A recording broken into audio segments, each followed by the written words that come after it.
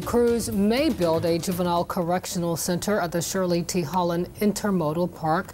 That's just outside Windsor. 13 News Now reporter Nico Clemens spoke to leaders about the plan that is drawing mixed reactions.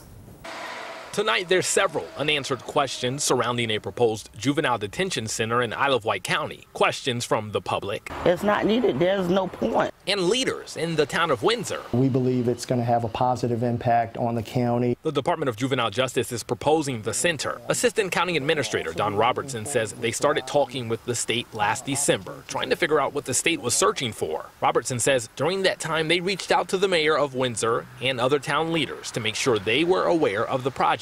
Quite honestly, we've tried to keep everybody informed throughout. However, some Windsor Council members say county leaders are keeping them in the dark. I spoke with Councilman Walter Bernacki over the phone, who says there's been very little to no transparency on the county's end. They've certainly expressed some concerns. We've tried to keep them informed even throughout the process. In June, the project is adopted in the state's budget. Robertson says within the last few weeks, they've reached out to Windsor officials to get them caught up on the project. But it was in April when Windsor's mayor, Corita Richardson, signed this letter to Delegate Emily Brewer on behalf of Windsor supporting the facility. Kids don't even have the bicycles around here. Patricia Sharon has lived in Windsor her whole life. She lives across the street from the park. Build something that's going to make a difference in the community instead of building something that's going to try to bring the community down.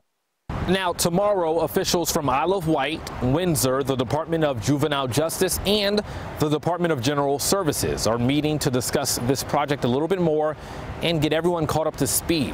That meeting starts at 10 in the morning at the Windsor Rueton building, and it is open to the public. In Isle of Wight County, I'm Nico Clemens, 13 News Now.